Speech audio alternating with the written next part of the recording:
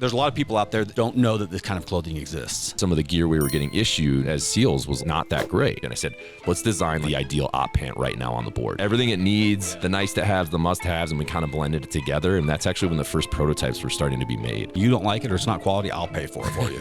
If we're not conscious of the fact that we are our parents, then we become our parents. The problem is so many of us let these things happen and we think it's just life. I've always said this, your worst case scenario is never that bad. Exactly. It's never as bad as you think it's gonna be. Ladies and gentlemen, welcome back to the Heavy Checklist.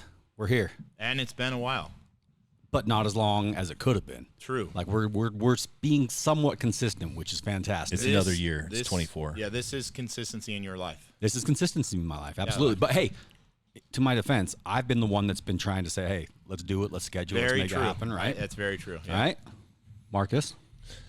I've just been waiting for you to call, man. Here I am. I do get a random text like, hey, man, it's 1 a.m. Hey, man, you want to do a podcast in 20 minutes? And I'm like, Dave's working, but Hey, he's just can't sleep. he's not there yet. No, listen, guys, we have, we're doing a podcast today because we have a very special guest with us. This is somebody that is a new acquaintance, new friend of mine, but I feel like I've known him for a long time for some reason. Mr. Bear Handlon, welcome.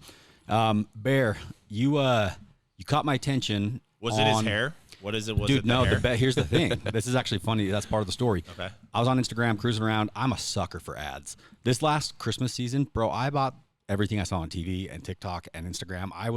My grandpa used to do this. He used to buy everything I'd seen on TV, and we'd always make fun of him. I'm turning into my grandpa. I'm buying all sorts of stuff. So anytime an ad gets served to me, I pay attention to it. Yeah. Because one, I'm in that business and I like to see what kind of ads people are using. And two, I saw this really cool apparel on Instagram. Now, I've fallen for this before. I bought some stuff. I hate to put these guys on blast, but I'm going to. Do it. Freedom Industries is a company that sells really cool American patriotic-looking gear online. Yeah. It's not good gear. The shoes are okay. Like they don't fit right? No, they use really weird material. Like I bought a hoodie that was like made out of like neoprene, and it would never warm up. It never got warm. It looked cool, had a cool design. Anyways, I bought a bunch of stuff from them, and I wasn't real happy with it. Okay. So I see Bear stuff pop up, and it's kind of similar vibe, but it looked better. So I was like, I'll roll the dice. Placed an order, stuff shows up, and I was just like, holy shit. I know, I remember. I've been like, this apparel was custom made for me. This is not to stoke the fact that you're here. He texted me and said something about how great the gear was. And I was like, cool, dude, don't text me back till you have my order sent to my house. And no kidding, now every time I see him, he's like, dude, you got to get some of these pants. Like he doesn't remember that we talked about it. Yeah, Well, we got to get you squared away, man. I'm waiting. Now that Heck you're yeah. here, I'm not going to have to rely on him That's anymore. right. You go directly to me. We got you. So But for no those of joke. you who are only listening on the audio platforms, do me a favor, stop real quick and go to Instagram and type in, is it Bear Handlon or Bear.Handlon? Yeah. Bear Handlon. So you can understand this majestic man that we're speaking with. Just I literally his feel like hair. Mufasa sitting on the other side of the table. His hair, it's feathered to perfection. Yeah, it is beautiful. Bear's a beautiful man, and he has a beautiful product. So anyways, I ordered these pants, super pumped, went back on the website, and I was like trying to learn about who started the company, whatever, and he's on the website. And so I look him up, and I shoot him a quick message. It's like, hey, man, I've been in the apparel business. I just wanted to say thank you. Like, you built some really solid stuff. This is good stuff. And he's just... Did he leave you on red for a while? I don't think so. I was actually sitting in the hot tub drinking a beer when you messaged me, and I was Yeah. like, and then I was like, wait a second. I went to your page. I was like, holy fuck. You got like 4 million followers or something. I was like, oh shit. All right, dude, right on. I appreciate it. Yeah. So we started chatting, Yeah. and I was like, man, thank you for building this cool apparel. And he's like, hey, let me hook you up. So he sent out this assortment of stuff that was just like, dude, I think the packing list said 72 items. It was a lot of stuff. So that's what I should expect in So my... That's the you're- standard. That's the standard. The standard Yeah, care yeah. package, the standard Bear package. No, he's Bear. You've done an incredible job. You've built a business that is very. It's a solid business. From the outside looking in, obviously, I know every small business has struggles. So I want to get into who you are real quick. Just kind of explain your background, and then we'll get into kind of what got you here today. You're a veteran. Yes. You were a Navy SEAL. Yes. How 8 long years. ago? Yeah, just under 8 years. Yeah, I got out at the end of 2021, so I've been a civilian for about 2 years now. Okay, and I'm sure you must have all kinds of amazing war stories. No, man, we missed the war, dude. Yeah, too late. You were in just kind of during training time. Yeah, pretty much. Yeah. Yeah, we trained a lot. Yeah. We got really good at training. Did you like it? Yeah, it was awesome, man. What yeah. team? What team I was were you at part of? Team 2. Oh, team 2. Cool. Yeah, yeah. So yeah. you went East through buds Coast. and all that stuff. Did the whole deal, yeah. Is yeah. buds as hard as everybody says it is? we'll put it in perspective. You know, for our crew, we started with I think around 215 guys, and by the end of Hell Week, we had 19 left. So, and that's only like a few weeks into the program. So if that puts it in perspective, I mean, yes, it was really hard. A lot of hard dudes go there and don't make it. I have a serious question. Yeah. What was it in you and in the 19 that made it that they had that the others didn't, that failed? I've wanted to ask this question a lot, and I haven't asked this question. Yeah, I've tried to deconstruct this a bit. I think it ultimately comes down to, I heard somebody put this, you know, and I thought it was spot on. And not to say, like, the guys that don't make it, awesome dudes, patriots. You know, anytime I run and they're badass dudes. They Let's are, be yeah. I clear. mean, we had All-American swimmers, All-American wrestlers, Olympians, like, that didn't make it, right? You know, All-American lacrosse players, like, these are studs, you know, top-tier guys. And so, you know, I've run into guys that I went through training with that didn't make it, and I always make a point to tell them, like, hey, man, don't hang your head, because you're still a patriot, and you still have the balls to try it. Yeah. That being said, I think the guys that make it are the ones that actually want to do the job once they're done with training. So the ones that have an end goal. Yeah, I think the guys that don't make it are the ones that want to just say they're a Navy SEAL. That does not hold up in the first couple days. They quickly realize, like, okay, I don't want to say it that bad. Yeah. But I think that ultimately the guys that make it, you know, you really want to do the job once you get done with the training, and also more importantly, like, they've convinced in their head that there's no off ramp, right? Yeah. It's just, hey, this is just what we're doing. We've burned the boats, and this really sucks, but eventually it'll end. Yeah. And you know what I mean? You still have to perform, but the guys that give themselves a backup plan, they're screwed. Because every guy will take the backup plan in that scenario 100% of the time. You didn't have a backup plan? No, that was it. You know what I mean? It was like, this is just what we're doing. I was married at the time. I was 26. And I was staring at the ceiling every night thinking about this, because 9/11 happened. I was in 8th grade. I thought I was going to do it. I eventually went to college to play football. I was going to enlist out of high school. I worked a drug deal with my parents. They said, hey, why don't you go do this football thing, and then you can do it when you get out. And then when I graduated, I started working for Red Bull, and I got a lot of family pressure to not do it. And I eventually, like, shelved the dream for a little while. So I was in my mid-20s. But I was thinking about it every day. It was consuming my mind. And so I finally went to my wife at the time, Mallory, who founded the business with me. She founded Born Primitive with me. And I said, hey, like, I can't kick this. So you got to, like, basically take 24 hours, think about it. And if you don't want to be married to me, like, we need to decide right now, because I'm doing this, and that's it. Like, there's no... Jeez. And he's like, I hate to give you that ultimatum, but I don't want to have resentment my whole life that the people stopped me from doing my dream. Was she opposed to it? Yeah, she was opposed to it. Sure. You know, we had a really good life in Indiana. You know what I mean? We had good jobs, and we, had a good friend group, and you know what I mean? It was a good, easy life. So, the next morning she basically woke up and was like, all right, you can do it, but you better not effing quit. You know what I mean? And I was like, all right, it's solid. So she helped me not have an off ramp, because I wasn't going to drag her across the country and uproot our lives to then quit. So that was part of it. You just take it one meal at a time. You know what, dude? I have genuinely wondered this question, and I don't mean to get deep right off of the bat. I really don't. But I had a conversation. In fact, I've become really good friends with Andy Stump, and we talked about this. I actually had him speak at one of my events, and I asked the same question, and he had a good answer, but it was very similar to yours. But I think what's cool, if you, like, really look at that, is everybody wants something in life, right? Like, I want to be rich, or I want to be this, or I want to be that. But when you say, like, when you burn the boats and there's no other option, there was probably only 19 people that really did that. Everybody else, and I'm not talking shit on those people who didn't actually make it, but when you really break it down, 19 people were like, there is nothing left. There's nothing else. I have to achieve this. I think there's a much bigger meaning, especially for the people that are listening. Like, if you want to accomplish anything in life, that's the way you have to do it, or else get the fuck out. Which, by the way, that's why your clothing apparel company has been successful, because you said it took you 6 years to even become successful. And in your mind, you were like, dude, we burned the boats. We're building a company. And most people at 5 years would have been like, I'm out. Let's go get another 9-to-5 job. And that's why I asked that question. Yeah, it's spot on, man. Yeah, it goes back to do you know the Cortez story with burning the boats? Yeah, I mean, it goes back to that, and that's why they succeeded. Tell that story, because most listeners probably don't. Some people have heard the term, but they don't know where it actually comes from. Yeah. You want me to tell? Yeah, tell us. So Cortez brought the boys across the ocean, and I believe I can't. Was it the Aztecs? Yeah. Yeah, and they had not been conquered in like hundreds of years, right? And Cortez brought them. They were going to kind of try to take them over and get all the treasures and everything. And Cortez was sensing like a lack of resolve in the men. They were weary of being at sea, and they basically wanted to turn around and go back. And they said, I think, let's go back. Yeah, and I think they were even going to like basically steal a couple of the ships and go back. So he was like, his guys weren't dialed and they weren't ready to do the mission. So they made landfall, and I think he had tricked them into thinking like they were going to go back the next day. Yep. And in the middle of the night, he burned all the boats. And then, so the next day he basically was like, hey, the only way you're ever going back to your families ever again is on their boats. And the only way that's going to happen is if we conquer them. Yep. So they had 300 guys or something like that. Yeah. And that army had, that civilization had not been conquered in hundreds of years. But like now the guys are, on this beach, like, all right, we literally, the only way forward, the only way to ever see our families again is to conquer these people and take their boats back home. And take their boats. Yeah. Cortez was the Spaniards, right? Yeah.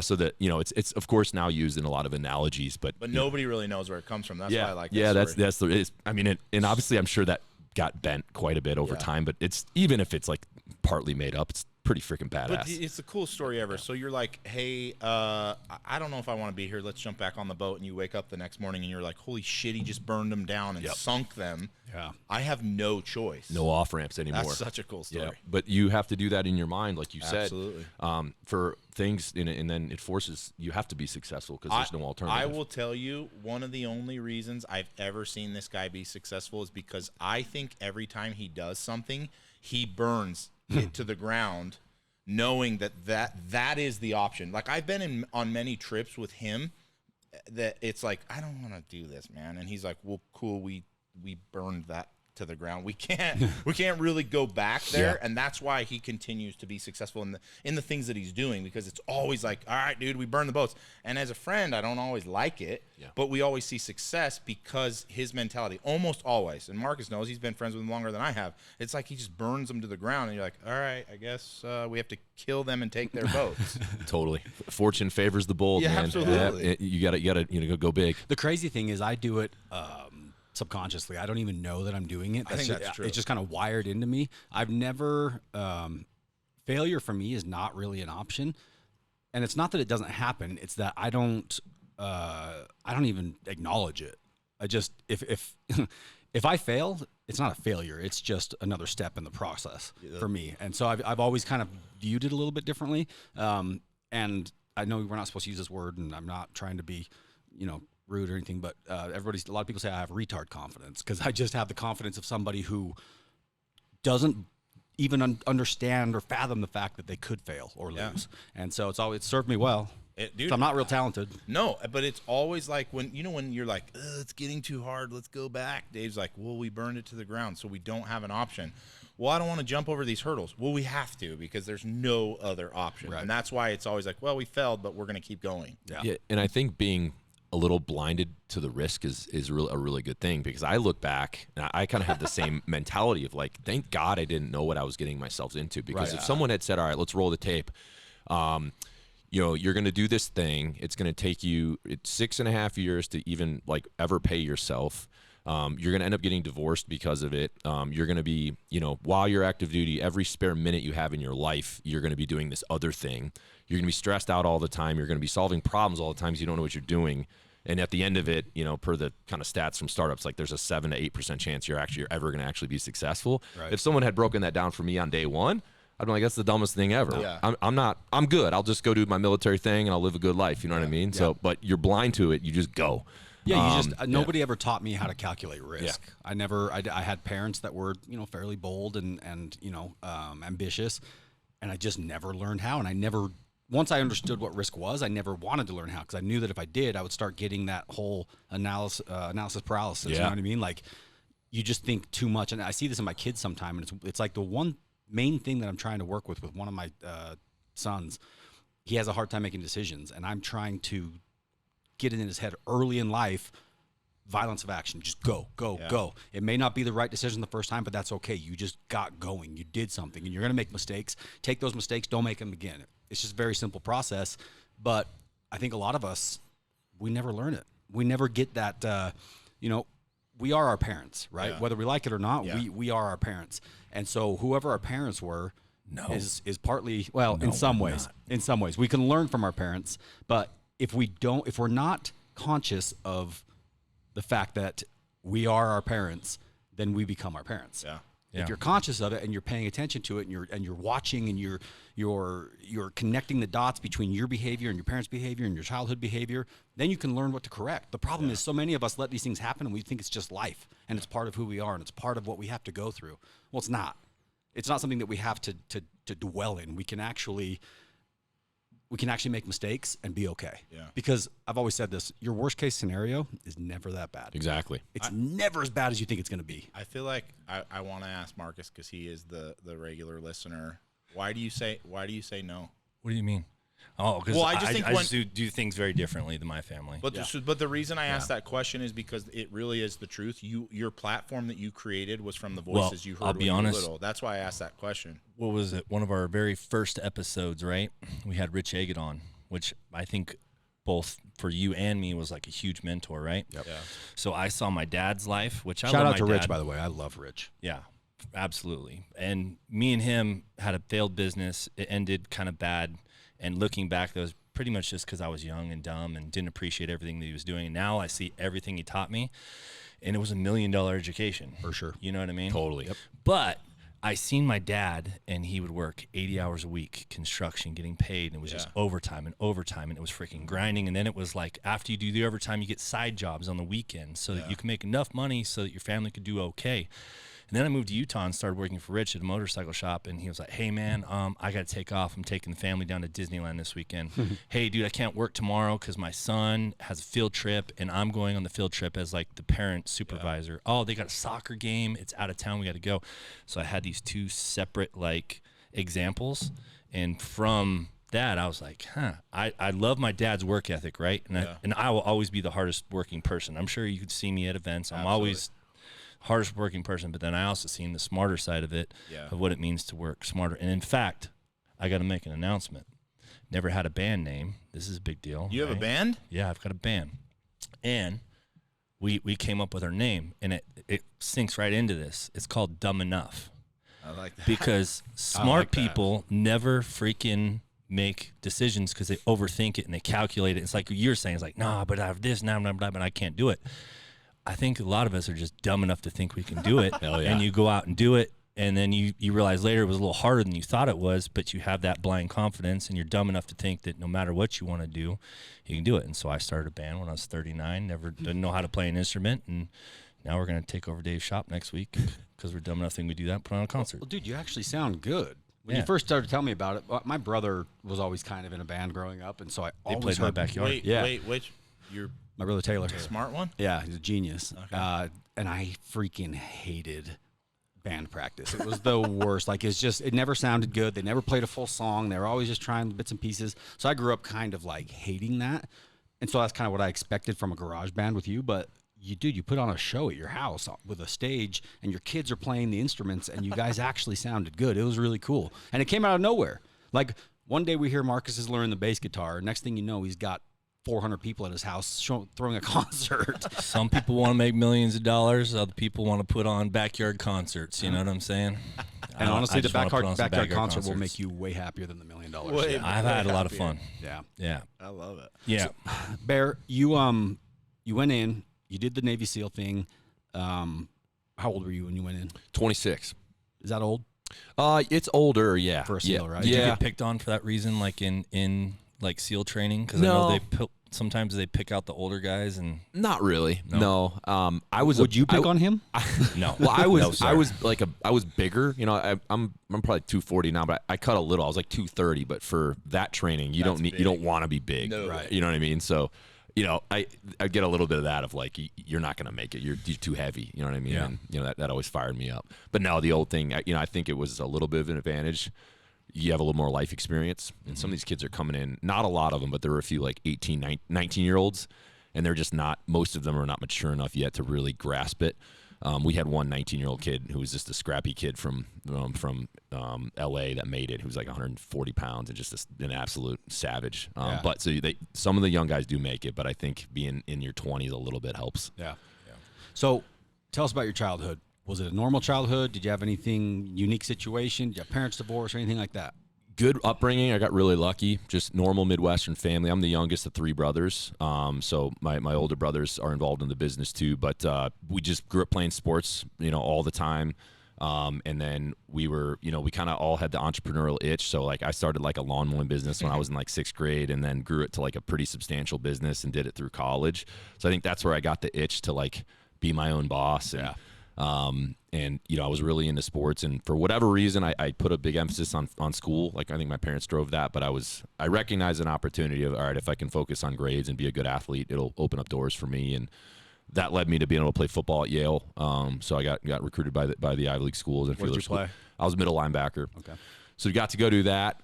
Awesome experience. And but yeah, so I got really lucky, man. My parents set a really good example. I don't have any crazy, it was just I drew a really good hand on that one. Yeah. And a lot of the values that I have today are directly from them, and just trying to make them proud when we do this thing. So You're still close with your parents? Oh yeah, they live out in Virginia Beach now, and then my oldest brother is our CFO. I uprooted him from his consulting job in Chicago, nice. and he's out in Virginia Beach now too. So I got cool. almost the whole fam. My middle brother's been doing Wall Street since he got out of college, and Okay. he was also a Yale football player, so kind of followed in his footsteps. Yeah. Yeah. So you got out when you were around 34?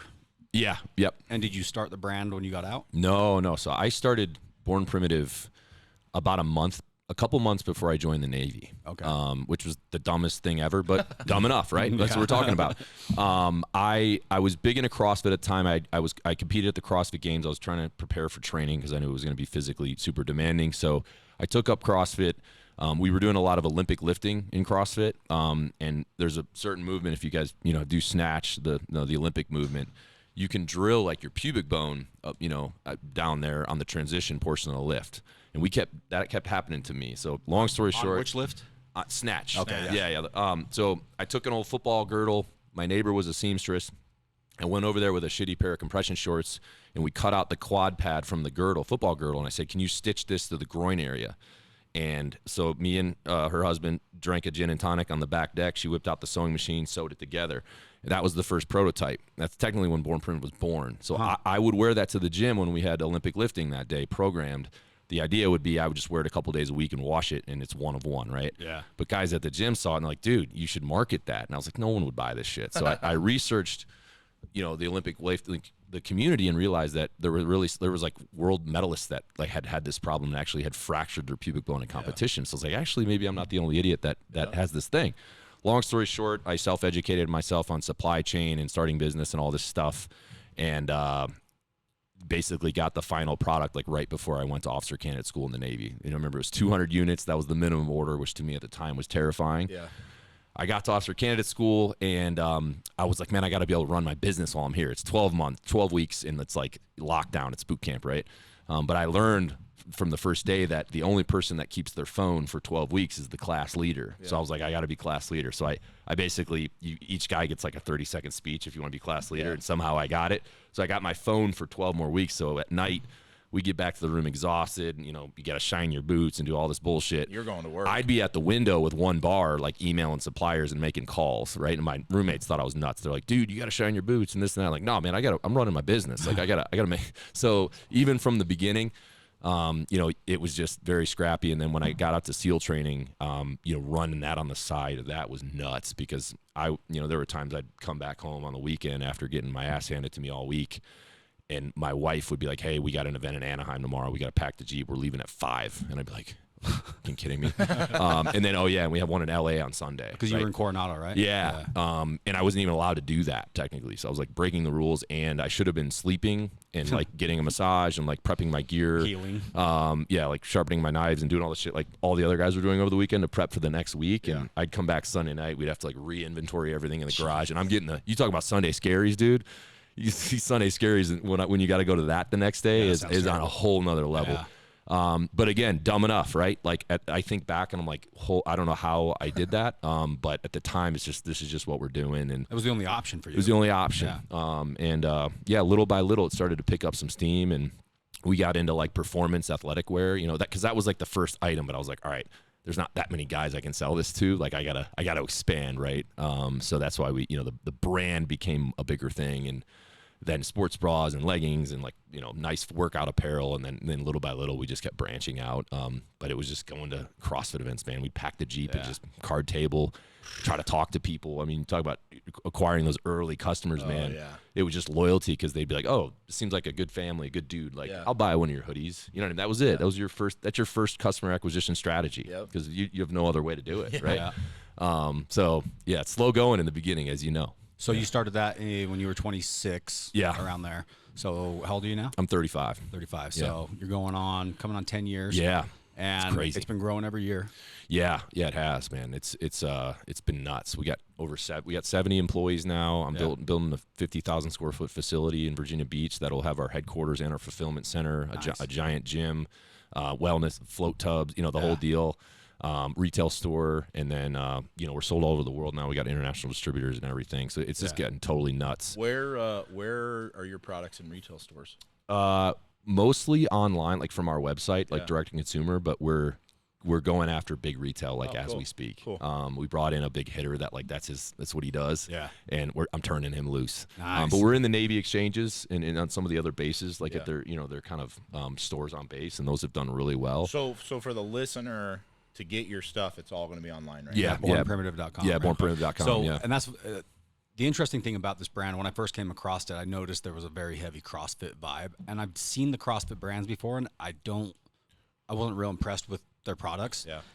Not only because the quality wasn't always there, but also because it was so niche. It was like CrossFit only. Like this was just stuff that CrossFitters wore. Like it was like your badge of honor. That's kind of how the way the apparel looked. Looking at your website, I was a little concerned. Like, I like this guy's stuff, but does he have anything more than just CrossFit? You get into the website and there's like a tactical section. There's if you're a police officer or you're in the military or whatever, and you're looking for the most comfortable gear you can get that's actually lightweight and rugged and holds up and stretchy and like good shit, that's the only option I've ever found. I've bought a lot of these functional work apparel recently over the last 5 years, a lot of different brands, and there's a lot of great brands out there. True Work is one that I love. That was actually kind of the first, my first step into the workwear space, because we had the apparel company called Diesel Power Gear, and essentially it was never meant to be an apparel company. We started as a sweepstakes marketing company. 2013, we got a ton of traffic online, started going viral, and we were like, we got to sell something to these people. And so I turned to my friend Rich Eggett, he also mentored me. I worked for him for a long time. I called him and I was like, hey man, I'm thinking about running a raffle or sweepstakes, but it's illegal to do that for profit. I was like, do you have any suggestions? And he's like, yeah, sell something. Just sell a wristband. Because as long as you give them a physical product, then it's no longer a lottery. There you go. And so I was like, hey, that's a great idea. So we grabbed this truck, built it up, put it online, and put it up for sale. And all we had for sale was these rubber wristbands that said Diesel Power. And I got them from China on Alibaba or something, and I ordered a ton of them. Yeah. And we were selling them for $25 a piece because it was $5 per dollar, one entry for every $5 you spent. And dude, it blew up. It was crazy. It blew, like after a month we were sold out of the wristbands, and I was like, okay, well now what? And so I had a couple guys working with me at the time, and they're like, well, let's do some t-shirts. And so we started printing t-shirts, and dude, we like got thrown directly in the furnace when it came to the apparel business, because we didn't know anything about it. You know, everybody can sell t-shirts, but this is back nowadays. It's easier to sell a t-shirt. You can go find an online vendor, have them do your designs, send traffic to the website, they sell it, ship it, everything. They just send you a kickback. That's how most people are doing it. We decided we wanted to like own the whole process because we were growing so big. And then when our TV show hit Discovery Channel, that just threw a lot of fuel on the fire. So we started our own fulfillment warehouse, and we started like really getting into the nitty gritty of making our own functional apparel, because anybody can go buy blanks. Anybody can go buy a Next Level or an American Apparel shirt or whatever. When you go to try to make your own stuff, dude, I thought that it would be maybe a little harder than buying blanks. Bro, building your own t-shirt, even just a t-shirt, is one of the most frustrating processes in the world, because I like athletic fit. I like a shirt that's not going to be boxy. I don't want big square sleeves, like the shirts that we're all wearing, the kind of shirts that, but you know, our demographic at the time was mostly truckers and kind of, you know, dudes who bought their shirts at truck stops. Yep. and they're used to kind of the bigger, baggier fit. So all of our customers wanted the big boxy Gildan shirts, and we wanted athletic fit. And so we had this brand, and it was like we're trying to teach these people new fashion and new style, while at the same time trying to build new apparel and trying to create new fabrics. Dude, it is so incredibly hard. It's one of the hardest things I've ever done, simply because you can't just control the whole process. You can't just go get a loom, and unless you're Origin, right? And Yeah, in which fact, is that's the only somebody apparel that I wear is Origin and Born That's Primitive. literally That's what it. I'm wearing right now, because you know Pete, the owner of Origin. I don't know him personally, no. So we met him just recently, and I was just listening to him talk about apparel and blah blah blah. And he's like, "No, we actually build our shit." Yeah. You And I know was how they like, started, right? They bought an old 1880 fabric loom in an old rundown warehouse in Virginia. I Yeah, think. It's Virginia, right? Yeah, I'm pretty sure. Yeah, they're right up there by you. Okay. And They got this loom insane. running, and they started making their own denim, and now they're killing it. I think, And what do you his say, like 100,000 square foot yeah, dude, facility? and his shit is so cool. But for me, what was so cool is he was like, "No, we make it." Yeah, I'm that's- like, "Yeah, but where in China do you Yeah. get? You know?" And Are he's those like, their no, pants? No, these are. Shit. That's their shirt. This though. is their shirt. Yeah, Yeah. and this And stuff dude, the thing is, you look at that shirt and you're like, "Oh, it's just a blank T-shirt." No, it's not. no, The it's- fit, the cut, the So wear. walk us through that process, because there's a lot of people that listen to our podcast that have their small businesses and they sell apparel and stuff like that. What advice would you give? And as you get into the more custom stuff, is there anything that somebody can do to kind of expedite that process? I think the short answer would be don't do it. That's what I say. I tell That's everyone. what he tells people. Well, it's funny. I was at SHOT Show a few weeks ago, and I was talking to a big guy in the apparel game, and he's out of the game now. And we had a few beers, and he came up to me. He's like, "Dude, I don't know how the hell you do it. Like, I'm so glad to be out of that game. Like, I still have nightmares of that shit." But he's like, "Hey, props for what you've been able to do." I think you got to get a technical apparel designer. You know what I mean? Like, if you don't know how to do it, it'll be difficult. What do you mean by a technical apparel designer? It took us 7 years to find this person. So in the early days, it was Mallory and I just winging it, kind of probably how you were doing it, right? And we were scrappy enough to figure it out. I really don't have a playbook to do that. You have to vet suppliers. That's big, because a lot of times the what you're promised versus what you get when you actually pay them is a big difference. And these are places that, like, it's not like they're gonna be like, "Oh yeah, never mind, we'll remake it." Like, you know what I mean? So there's so many landmines in the game where if you wire $200,000 somewhere and, like, all of a sudden the goods you get are terrible, there might be no recourse. And then you never hear from them. Exactly. So you really have to vet suppliers, and I would say crawl, walk, run for sure. Yeah. And early in the game, I would do conservative orders, even if you think you have the grand slam. Like, Bro. like test the concept. Yeah. When we first started selling T-shirts, a kid that was working for me got real excited, and he started kind of handling the ordering and stuff. He went and ordered. I don't know if it was a typo or if he just had a lot of confidence in us. 10,000 of the America back-to-back World War champs shirts, and we were selling them. They were selling like crazy. About 2 weeks into selling them, we get a cease and desist letter from somebody who owns that design. Oh, no. And so we have 10,000 shirts, bro. And it's just like, I thought we were done. I was just like, how do we recover from this? Maybe just give them a royalty. Okay, we'll give you $2 a Yeah, shirt. we tried. Yeah. We tried work, dude.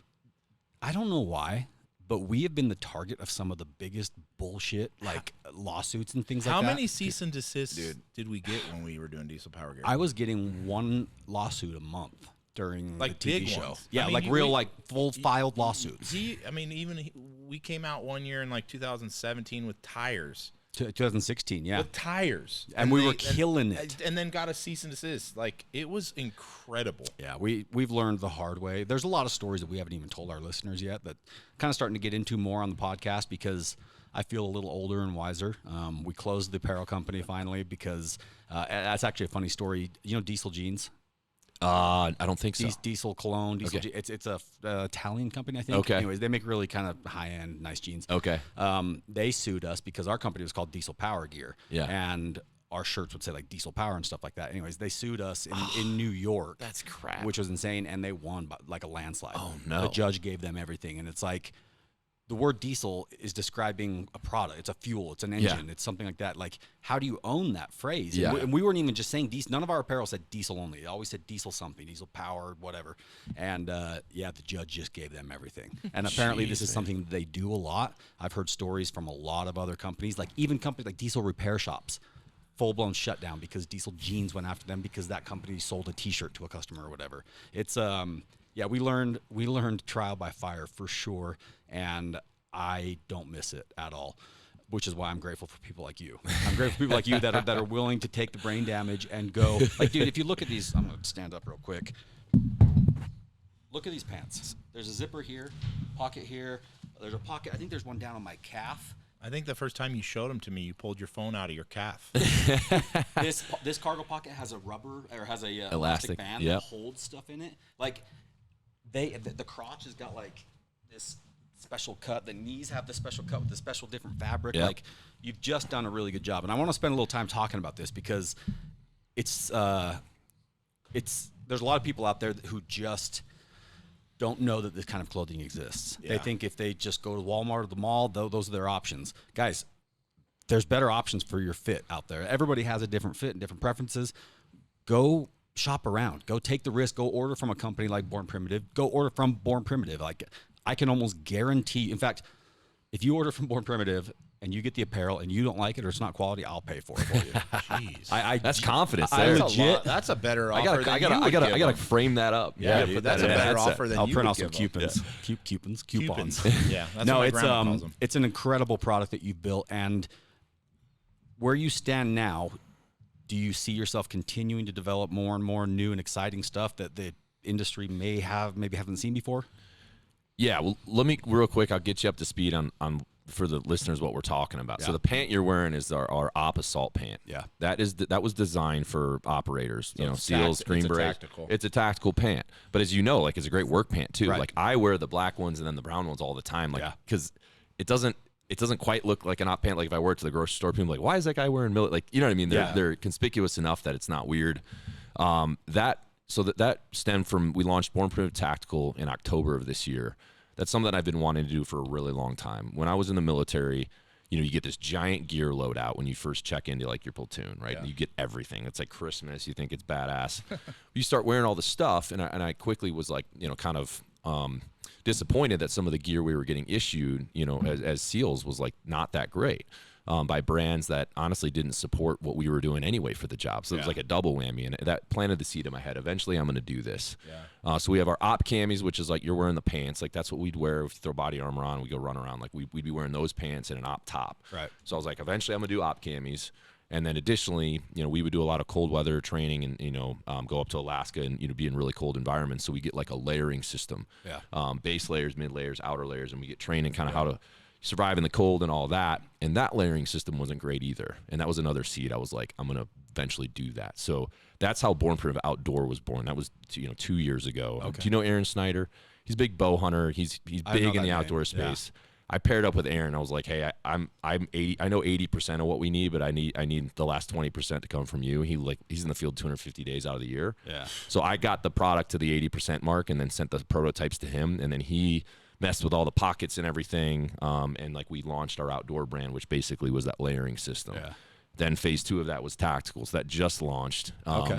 The cool thing about the tactical part is that pant you're wearing right now. That's probably why I saw it on Instagram. You guys were advertising. Yeah, we just started running ads. Okay. It's probably my mean mug on there talking about them with a helicopter behind it. We were out in Arizona shooting, and we said, hey, let's just explain it. And those ads are actually doing really well, which is funny. But first deployment 2017, we were bored, and I was pissed with the pants we got. And since I was in apparel, I was like, I got on the whiteboard. I said, I had like the whole platoon there. We're just screwing around, shooting the shit. I said, let's design like the ideal op pant right now on the board. Yeah. And every guy was the end customer. So we were like, we put everything it needs. Yeah. The nice to haves, the must haves, and we kind of blended it together. And that's actually when the first prototypes were starting to be made. Huh. So this pant has been in the work for way too long. Yeah. And it shows. We finally got it over the finish line. And the good thing is, like, it's every little detail is thought through. Yeah. Because when we approach like product releases, in my mind, it's like, all right, because you're a great example. If someone goes to our site for the first time and it's their first ever experience with the brand, and they get a product that they don't like. I just made an order. Oh, there we go. Boom. First order. But Bam. that first order to get loyalty, it's critical, right? So if you ever release products that aren't up to par, you lose them. So if you had gone to the site and got a pair of assault pants and you're like, The same thing that happened with Freedom Industries. I would have never heard from you. Obviously, I wouldn't be your friend and we wouldn't be doing this cool shit, but you would have never ordered again, right? Yeah, right. So for me, it's like you have to nail the details because the details matter. So I'd rather take an extra 2 years. Yep. And when we slap our logo on that thing, and also kind of my name behind it, like that, it's got to matter. 100%. And that's kind of what, so we T&E'd the shit out of that pant. We had guys jumping out of planes in it and going in cold environments, going in the ocean, getting them wet. We were weighing it. We were doing different fabrics to see how much it would weigh when it was wet versus alternative fabrics, because that matters to us for getting wet. Yeah. All those little things, man, we thought through. And then finally we're like, all right, I think we got it. Let's do this thing. So, is there 10? I counted 10 pockets. Yeah, I think so. Yeah, on one pant. Yeah. But it doesn't look like it. These don't look like the big baggy cargo And pants. I think knee pads coming for you. There are built-in knee pads. Like that's the coolest part. Yeah. So, if you guys are working around, on your knees and doing shit, because the pants have a slit somewhere where you can slide them in. Yeah, right? the internal to the knee pad. Okay, yeah. inside, So you just got to turn them inside out, do them real quick, and then flip them back. It's guys. I'm telling you, if we have a lot of blue collar guys that listen to the podcast that are rough on their gear, I promise you, if you try this stuff out, you're gonna like it. And you've got, like you said, those thermal layers. You've got different options, and so I kind of just rotate through a different blend of the layers that he has. But every single day, I'm wearing the pants, and the cool part is I get pretty dirty during the workday, and so typically a pair of pants will only be good for a day or two. Yeah, I'll have to wash them. Yeah. I can wear these pants for a week and a half. I don't know how it happens, but they, like the dust and stuff, they'll be dirty, and then at the end of the day, they'll be clean. Like it just kind of just rolls off of it. I don't know if that's just me or if that's magic behind the design of the pants, but it's good shit. Well, we treat, this is kind of the next level up. We started treating all the stuff with this silver treatment. So like they spray this mist on the fabric rolls, and it's like makes it antimicrobial and all that. And I was in this dilemma. I was like, all right, no one's going to notice this. Yeah. It's way more expensive. But I was like, if these guys are going to be wearing this, especially my guys, like for, like you said, 4 or 5 days in the time, and it's going to get all stinky. If this will make it inhibit bacteria growth and it will last longer, we got to do it. So we do like little shit like that the customer doesn't see. Like we that shit matters. Well, I mean, just look at the flannel he's wearing. Marcus, you're a flannel guy, right? What's your Love biggest flannels. frustration with flannels? Well, for me personally, it's just fitting because I'm a tall, weird sized individual. I'm the same. So They're either length, boxy or short, long arms. It's either baggy enough, right? To get your arm length, but then they're super baggy and short, or they're too small and they're way up your arm. Another thing that bugs me is the fabric gets fuzzy, and so they always just look a little dingy. Mm-hmm. I don't see a single fuzz coming off of that. I've had this. It just looks I've worn crisp. this a million times, and it stretches too. Yeah, that's what I love. One thing with our stuff, man, it's such a simple thing as like I think everything should stretch. You know what I mean? So like, so the jeans I'm wearing, where they're it's stretchy denim. The flannel stretches. Those op pants have stretchy panels around the knees and on the butt. So like when you drop down to a knee, that shit stretches. So much of what we make, honestly, was just like, let's just make it stretch. I don't understand why nobody else understands this principle. And that everything should be stretchy unless you're going and sitting all day long. Even if you're sitting, everything should be stretchy. Yep. Another thing I love, actually, that was the first pair of pants I bought was your black denim. Because I was just looking for some denim because all my pants didn't fit or they were just destroyed. And the denim is super stretchy, like insanely stretchy. And I remember I was at home and I put them on, and my daughter, she's 12. I was just walking around, and she normally doesn't say anything about what I'm wearing. And she looks at me, she's like, "Dad, I like those pants." Nice. Never has she ever commented on my clothing. I'm just like, all right, yeah, I like this. This is good. And so I was set with that. But it's, I don't want to spend the whole podcast talking about your apparel, but what I do want to do is, in fact, you know what we should do? Do you want to give our listeners like a discount? Yeah. Should we just make it up on the fly? Yeah. Let's just. Should we do Diesel 20? Yep. Let's do it. Diesel 20. That would be awesome. Okay. Marcus, did you already buy without the code? I did put my first order in there, but I got no problem supporting. I know a guy. I know a guy. We can take care of you. No. When will this air? Because I'll have to set it up. Where's Nate? We can get with you. Should we run it for like 7 days? Yeah, let's run it for a week. All right, we'll run it for a week. I think this will probably air within the next week. Okay. So yeah, get it set up. Diesel 20% off your order. Yep, that would be awesome. Dude, and that's awesome. For the listeners, so if you go to bornprimitive.com, it has everything we talked about. If you want more of an outdoor experience, like dudes drawing bows and like the real outdoor shit, go to bornprimitiveoutdoor.com. And then if you want, dudes run around with tattoos and suppressed rifles and body armor, go to bornprimitive.tactical.com. Does it all have the same? Is all of it on Born Primitive? All of it is on But if you wanna bornprimitive.com. break it apart, But if you just want a Yeah. different site experience, but yes, if you go to bornprimitive.com and search these collections, you can find all of it. So that's probably the biggest recommendation. Dude, I was But- expecting like a 5% discount. 20 is huge, Well, guys. hey man, let's get them in the mix. Yeah, I agree. Right. You know, we're confident in the product, and obviously they support you guys, and you guys support us. So Yeah. you know, we'd love to. You know, we're a family run company, veteran owned. Like you know, we've never raised capital, right? That's so that's to me like I've always had that underdog mentality. Yeah. So you know, we'd love for you all to come support us, and we think you'll like it. Yeah, I want the listeners to know that this is not a paid gig. This is not a sponsored podcast. Like I know it probably sounds like it. It's not. This is just how I get when I'm passionate about something. Mostly, we don't even do that anymore. Sponsored. If we don't like it, that shit's not coming across our radar at Not a all. chance. Well, Not- here's not the for other this. thing too, man. I always get nervous when Hans calls me and he's like, "Oh, we got this business owner coming." I'm like, "Oh shit, we're gonna have another influencer, and I'm gonna hate it, and I'm gonna have to sit and grit my teeth." But he's just a regular freaking dude. He's a bro. He's a dude just like everybody else, and just like us. You know what I mean? So, I don't want to support big giant companies that have, you know, influencer dudes at the top. Not saying that in a bad way. You know what I'm saying? 100%. Right? But he's just a freaking good What I like regular about guy. what you guys are doing is it's obvious that you're taking the money that you're making and putting it back into the business. You guys are spending a lot of money on development and all that stuff. And you can tell there's companies that just you know come up with a new shirt design every couple months. And I saw that's you what were we were supporting doing. veterans too. Yeah. You guys did that big fundraiser deal. Yeah, so every Veterans Day, we donate 100% of profits for 3 days. Yep.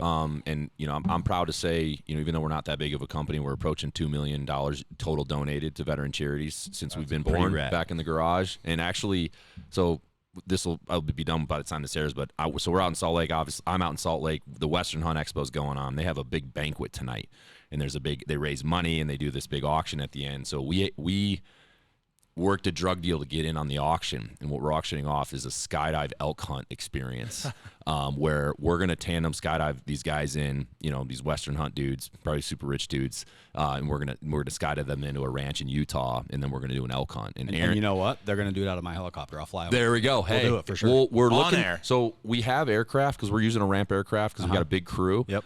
But we are looking. We want to extract from the field, Yeah. like with the donors, Yeah. like in a helo. So if you'd want to Done. do it, Count us in. that would be awesome. Yeah, Because we're we in. want to have the full experience, like extracting sure. from the field. We're gonna give it a military vibe. We're gonna do mission planning.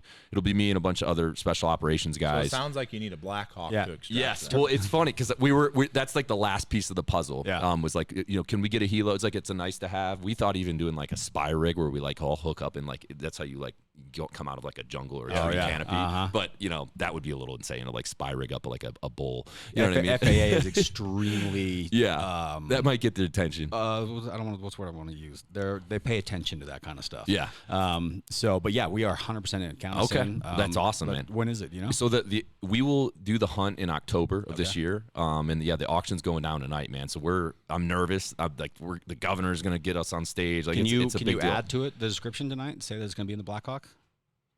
If you're 100%, Dude, I'm in. I am 1,000% in. dude, done. Add it to the description. The because we head just raffled off auctioneer- a Blackhawk ride 2 or 3 weeks ago at a Boy Scouts thing. Okay, It killed it. it's about 2.5. The ranch is about 2.5 hours from here. Done. Where is it?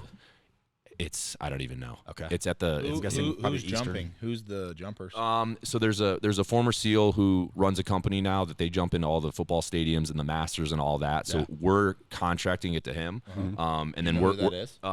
yeah, his name is Nix. Okay. I don't know. And I was thinking it would be Joe. but no. we're pumped up. You know, there's a very wealthy landowner in Utah that is giving us 2 tags. And there's massive bulls on the property. So they're gonna donate that because they got This is behind for the cause. charity? Yeah, it's for charity. For So we're veterans. gonna we're gonna donate half to wildlife conservation and then Yeah. half to veteran charities. Okay. So like, dude, I think this thing could get a few $100,000 tonight. Should. So it's really cool. We're leveraging like the shit we know how to do, you know, some out of planes in our placement to some people that are willing to kind of support it. Definitely. And we're going to try to make it a thing we do every year at the Western Hunt Expo. So Yeah. I hope it pops off. We're stoked. We made like a sizzle reel to get everyone fired up. They're going to play it. There's 2,500 people are coming to this thing. It's freaking insane. That's cool. Last year, the Jimmy John's owner bought the last tag for $500,000 at the auction. So it's big money, dude. It's it's a bunch of patriots. Karl Malone paid like $1 million for Yeah. I don't think it was. I think it was a bighorn sheep actually. But yeah, those tags are wild, man. So yeah, 100% in. Count us in, dude. Add it That's to the awesome. auction lineup. That's big. I gotta tell John. Yeah, I'm you meeting get on John stage right and before the announce. auction, and I will tell him it's on. Who's John? John's the auctioneer. Okay, yeah, gotcha. yeah, and he gets everyone going. He's like one of the best guys in the world. Yeah, with if this. you need to do like a selfie video or something in front of the Blackhawk that you want to add, Dude, whatever, Just we'll do it. just do the Diesel Brothers will come out and extract you, and a Blackhawk is part of the. Dude, that done. I'll We're tell in. him. Yeah, I love that, dude. Yeah. This is the kind of stuff that I live for. That's why I bought the Blackhawk. I mean, obviously, it was a long, goal of mine that I had since I was little. Well, not since I was little. I actually didn't even know that I liked helicopters that much until I turned like 21, 22. I served a mission for our church, and I got home, and I was trying to figure out what I wanted to do, and somebody was like, hey, come do a test flight on a helicopter. So I went up, and I was obviously hooked. I always thought they were cool, but I didn't grow up in an aviation. Well, I kind of did. My grandpa was in the Air Force, but my dad, my parents, I grew up too poor to even be thinking about helicopters or anything like that. So I just put it on my list, and the whole goal behind the Blackhawk was, like I was telling you before we started the podcast, there's a lot of really great people that have served in the military, and they spent a lot of time in those Blackhawks, but their time spent in them wasn't always the greatest. They were getting shot at. They were getting, a medevac, whatever it was. And so I thought, man, how cool would it be if I could actually get a Blackhawk, make it feel very much like a military Blackhawk, but cooler, and then let these guys joyride in it. And so I've had a lot of National Guard guys, a lot of close friends of mine now are guys that we brought in to fly the helicopter with us, and they freaking love it. So my goal, I think the thing that brings me the most joy in life, well, one of the things outside of my family, is creating experiences for people. I freaking love it. You're the same way. Yeah. You built this big house that's designed, his house, dude. I've never been to his house when it was just his family there. There's always some stranger roaming around, always some DJ in the background. I got a helipad in my front on my front yard. hell yeah. And so it's like, That's a because good spot. we're the same. Like, we don't care to, I mean, not that we don't want to make money, but like life's about experience, right? Like, in fact, just recently for a charity, we went and got my helicopter and the Blackhawk, and we picked up presents all over Utah. Toy drive. And then we went and delivered all these presents So to cool, a toy man. drive for kids who didn't have anything. Amazing experience, because exactly that's why we do it, for shit like that. So again, dude, count us in 100% for that, and we'll come out and support and do a whole fun shit for it. Well, it's cool. Like, I think when guys that come from humble beginnings find success, there's a tendency, to when you create that abundance and that surplus, there is that, like, you want to share it, right? And it's so cool that you guys are doing that, because there's a lot of people that are, it's like, no, it's all mine. I'm going to maximize my own happiness. But, that's a big motivator for me. I'm trying to create abundance in my life so I can help other people. Right. And as we know, when you do that, it's in a way self-serving, because it gives you so much fulfillment. it's I always tell so people much that better. that serving and doing charitable service is always a bit of a selfish thing for me, because of the joy that it brings is, me. yeah. I mean, luckily it's a good thing, right? And it's good for everybody. But man, the joy that it brings me is unmatched. It really is. I tell people all the time, because you always hear that, like, well, money doesn't bring happiness, and I'm like, yeah, but have you spent money on other people? Right. Because, dude, that shit brings real happiness. I can go buy whatever I want today, but let me tell you how much cooler it is to go spend that same amount of money on somebody else who needs it. And again, that's why we do what we do, because the experiences that we're able now to give people, it is a selfish thing. Yeah. We literally say, I'm like, hey, man, I'm doing this because I find fulfillment and happiness in helping you. Yeah. You know? Well, here in Utah especially, there's a culture, the Mormon culture, and we're all part of the LDS Church. We were brought up, taught that other people's needs are a priority over ours when it comes to somebody in need. Like take care of your neighbor first, and everything else will work out for you. It's a very, very service-oriented state and community. And so that's always just kind of been part of who we are. And then once we started the business and started having some success, none of us grew up with any money. I mean, both your families were probably even a little bit better off than mine was when I was really young. We were like, not poor, but we were between poor and kind of lower middle class. And it's just always been something that no matter what I'm doing in my life, nothing can bring me the amount of satisfaction and joy and motivation to continue to push harder than when I'm able to provide for anybody, friends, family, whatever it is. It's the coolest thing ever. And I mean, I know we're talking about the Blackhawk, but like putting a kid a young kid who would never in their life even be in a helicopter, putting him in the seat with him while he flies the Black Hawk around. There's nothing like that experience, and it's so much better. I can go buy myself a cool truck. It's not going to be the same experience as taking a young 5-year-old kid who's like, Dad, I want to, and he jumps in that Black Hawk with Dave and flies around. It's the coolest thing in the whole world. And it's cool for an adult. So imagine for a 5-year-old, right? Yeah. Just mind explodes. You know what I mean? Yeah, no, that's honestly one of my favorite things in the world is putting people in a helicopter and then just turning back and looking at them while we're flying. And they're just like, It's the because there's all greatest. sorts of different reactions, right? Because some people are terrified, some people are just like, they can't even believe what's happening. But it is one thing that I didn't buy it necessarily. I bought it for me, but I bought it for me to be able to share. Yeah. I love sharing that stuff. Well, here's a off-the-cuff charity idea. So we do this thing. There's a charity called Seal Future Foundation, and they help guys when they get out in the next phase of their life, and it's a great charity. But they do this fundraiser where these donors come down to this place in South Carolina, and we take them on like these mock missions. Yeah. So we load up the helo. We got 160th pilots, and all the SEALs are in the back, and we're all kitted up. We give them all body armor and these guns and stuff, and we go do like a mission set, so they get to feel like they're a part of it. And these guys, I mean, they're paying big money for this, right? So if you ever wanted to do something like that, that would be fun to execute. Always you know what I mean? like that. In the 160th, guys love it. I mean, they're all retired, right? So they Yeah. get to get back in the seat in front, but to see the look on their eyes, and for us, like it's kind of a cheesy scenario, but for them, like they had burning cars, and we had to go to it was a hostage rescue. Yeah. Hold on, how much is it to do this? I meant. So Joe, my buddy Joe Metzger, he flies the Black Hawk with me. He was a Ranger. He has a little aviation helicopter company, and one thing that he's been working on putting on together, he's actually based out of Moab. You been to Moab? Mm-hmm. So Moab, he's like the only turbine helicopter in Moab that's actually commercial, and so he's put together, since he has this special ops background, he's putting together these experiences where you can bring people in, and we're doing the whole these people get their packet, and I can't give you too much information because it's still getting released, but essentially anybody who signs up for this, they get a packet like a month in advance that tells them all the things they got to start doing to prepare. Like they treat it like an actual op. And so these people come in and getting like night vision goggles, inserts, extractions at night. We got River End Patrol Boat, which is the Navy swift water boat that we're going to take them up and down the Colorado River. Like he's got this whole experience laid out, and it's designed it's a business, it's for profit. Okay. But with that, we're going to carve out slots for charity, for people to come in and experience it, because I've learned that men our age, I'm 39, 38, 36. You're only 36? No, you're 37. You just turned 37 in September. I'm 37. You're 34, 35? 35. Yeah, so I found that guys our age, there's a lot of unhappy men and very unfulfilled, and it's simply because they're not doing hard things. They're just doing their life. They're just going to work, they're coming home, and they're drinking or they're doing whatever. They're not putting themselves in stressful environments enough. And the stressful environments that they do put themselves in is just bullshit stress, like financial stress or stress at work. They're not stressing their body. And we actually did a survival retreat a year or two ago with a buddy of mine who does these courses where basically he tells you to show up at a location. This was wild. He says, show up at this location. It was a park in the middle of nowhere. And he said, face west, face the fence, and don't turn around. And be prepared for 24 hours of hell. They put a bag on your head? Put a bag on our head. I've been there, man. I've been there. Hog-tied us, threw us in the back of a pickup, drove us up this canyon in the middle of nowhere, and then each basically gave us each turns. There was like 4 or 5 of us. Gave us each turn being the leader of the group and trying to figure out how to survive and get out of this mess. And I do a lot of hard things. I put myself in stressful environments a lot.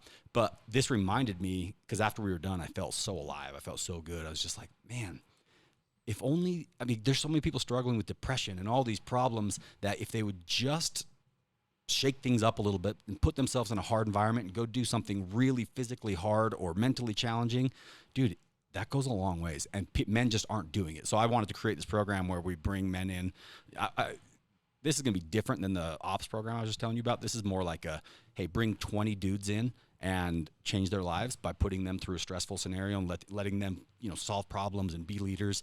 Dude, our generation needs that so bad. So bad. So bad. And the younger generation, below us, are we millennials or are we Gen X? We're millennials. Either way. Gen Y? Is that the one below us? I don't know. The younger generation needs this bad because life's too easy. life has gotten really, really easy. Everybody talks about how hard life is and how crazy the world is. Sure, it is, but did you eat yesterday? Do you have shoes? Do you have got running water? Like, we're doing okay. Yeah. There's a lot of comfort creates weakness. Oh yeah. It's Right. dangerous. Yeah. It's dangerous. Yeah. We continue to try to upgrade our society and our lifestyle, which obviously has a lot of benefits. Right. But there's dangers to it too. 100%. Yeah, and especially with the kids, man. It worries me seeing a lot of it. Do you have kids? I got a daughter. Yeah, she's about to be 3. Oh, wow. So like, I'm starting to, obviously she's still super young, but raising them in a way where you obviously want to provide them a good life, Yeah. but you also want them to be resilient. them. Right. So it's like, how do you, because a lot of the traits I got was like from watching my parents work hard, right? Yeah. And like doing hard things and like, Yeah. you know what I mean? Like we're raking acorns in the backyard and moving firewood and all, like, you know what I mean? Yeah. I'm to a point now where I could just pay people to do that my whole life, Yep. but I can't, because it's like I have to show her that dad's doing that, right? I can't have like, these people just hired out all the time, even though I would like to now that I feel like I've paid my dues, so like I can do that. But it's like now that I have, a little one running around, I'm like, I got to go back to the old way. You have to establish expectations for what reality is, I talk about this all the time. Same problem with my kids. We live a really cool life. We do a lot of cool stuff, and I'm constantly checking myself. Like, am I ruining my kids? Am I spoiling them? Am I helping them understand that life isn't really like this for everybody, and to appreciate what we have? Like, dude, parenting is freaking It's hard. hard. It is. Because you just have to be conscious of everything that you do and say around these kids, because they're freaking sponges. And the problem is, I mean, for you and I specifically, is we have created this life for our children that like nothing is really out of reach. Like, I have 5 daughters. Oh, and jeez. yeah, and no sons? no sons. All dude. girls. All That a girls. boy? Yeah. So, but dude, like, I'll say, hey, let's load up in the helicopter and go have a picnic up at the top of the mountain, right? Like, that's a normal day. He pulls up with a monster truck, and his son he has a, like, we just created this crazy life, which we always wanted, and we wanted to create for our children. But dude, especially for fathers of daughters, it's really hard to figure out, how do I give them what I wish to give them, but be able to teach and educate them in the right way. And I feel like I'm getting really good at it now, because dude, I have 5 daughters, and it's like, okay, so when they act up, I can't beat the shit out of them like I can a son, right? Yeah. I have to figure out something, and I have learned, for me, it's now my role that when hard shit comes, that I don't step in. Like, I am a phenomenal parent now of saying, I love you enough to allow you to hurt and go through pain, that unless I need to, and you know what that means, right? Yeah. Unless I need to step in, I don't. And one of the hardest things for me is I see a lot of parents, especially in this generation of, and I don't know what generation it is, Gen Z or whatever, but I see all these parents that step in and they micromanage and they do all these things for their kids, and then they wonder why their kids can't fucking do anything. They can't even tie their shoes. Yeah. And here I'm thinking, dude, I've provided a crazy life for my children. How do I allow them to grow in discomfort when everything in our life is comfortable? Yeah. And so now I literally, when I lay things out, I'm like, okay, if that's going to be hard, you're fucking doing it. And I'm not going to step in. I'm not going to do it. I don't care if you cry. I don't care if there's pain. Like, the life we've created is so good that every opportunity now I have to put you in an uncomfortable situation and not step in, I'm going to do it, because you have to learn. Right. Because again, like, our kids have no idea what real life is. No idea. Hey, let's go fly in the Black Hawk and then jump off and go ride a monster truck. And then they have no idea. But when you have the opportunity as a parent to go, all right, I could step in and make this really easy for you, I'm not going to do it. I don't, dude. I've watched I got a 2-year-old right now. She's crazy. Hold on, pause 1 second. Just 1 second. I got to call Trevor. He's just waiting for me. You're good. Milton. Does he want it? What up? Are you? Where's Nate? Is Nate here? I make my kid pay for half everything. So, dude, His dirt bike, this his is no joke. I know I Suron, shouldn't his say this off guitar. the air, but like, I've told my children, Dad's not paying for shit after 18. Like, I'm not paying for college. I'm not paying for sport. I'm not. And you're done. You're out. So now, dude, my daughter, like my oldest, she's 12. She's like, hey, so what's the plan for college? Like, she asked me that the other day. I said, I don't know. What's your plan? And she goes, well, can we work out? No.